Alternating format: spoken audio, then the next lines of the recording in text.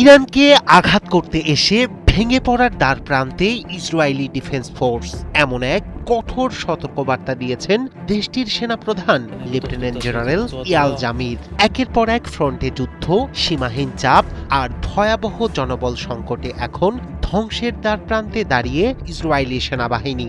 গাজা থেকে লেবানন, পশ্চিম তীর থেকে সিরিয়া, চারদিকেই সংঘাত, কিন্তু শক্তি ফুরিয়ে আসছে ভিতরেই। সেনাপ্রধানের আশঙ্কা খুব দ্রুতই ভেঙে পড়বে আইডিএফ। সামরিক কর্মকর্তারা বলছেন বহুমুখী যুদ্ধের চাপে বিপর্যস্ত হয়ে পড়েছে ইসরায়েলি সামরিক শক্তি, যা এখন শুধু নিরাপত্তা নয়, রাষ্ট্রের কৌশলগত সক্ষমতার জন্য বড় হুমকি হয়ে উঠেছে। ফলে বিশ্লেষকরা বলছেন যুদ্ধের এই আগুনে পুড়তে পুড়তে পরাজয়ের পথে ইসরায়েল। দীর্ঘদিন ধরে একাধিক ফ্রন্টে যুদ্ধ চালিয়ে যাচ্ছে ইসরায়েল। গাজা, লেবানন, পশ্চিম তীর, এমনকি সিরিয়া সীমান্তেও সক্রিয় রয়েছে তাদের বাহিনী। এই টানা যুদ্ধ পরিস্থিতিতে ক্রমশ ফুরিয়ে আসছে জনবল, বাড়ছে অপারেশনাল চাপ। এই আবহে ইসরায়েলি সেনাপ্রধান জামির নিরাপত্তা বিষয়ক মন্ত্রিসভার বৈঠকে সরাসরি সতর্ক করে বলেন, এই পরিস্থিতি চলতে থাকলে নিজের ভিতরেই ধসে পড়বে ইসরায়েলি সেনাবাহিনী। তিনি মন্ত্রীদের সামনে তুলে ধরেছেন অন্তত 10টি সংকটের ইঙ্গিত, যার কেন্দ্রে রয়েছে সেনা সংকট ও কৌশলগত দুর্বলতা।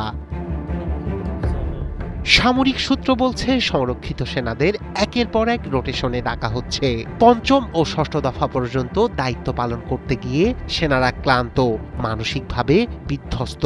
ফলে নতুন করে যুদ্ধ চালানোর মতো সক্ষমতা হারাচ্ছে সেনাবাহিনী। অন্যদিকে সামরিক মুখপাত্র ব্রিগেডিয়ার জেনারেল এফি দেফরিন জানিয়েছেন, লেবানন সীমান্ত সহ বিভিন্ন ফ্রন্টে অতিরিক্ত সেনা মোতায়েন এখন জরুরি হয়ে পড়েছে।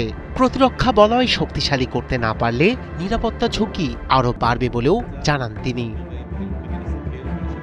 এই সংকটের জন্য সরকারের নীতিকেই দায়ী করছেন ইসরায়েলি বিরোধী দলীয় নেতা ইয়ার ল্যাপিড।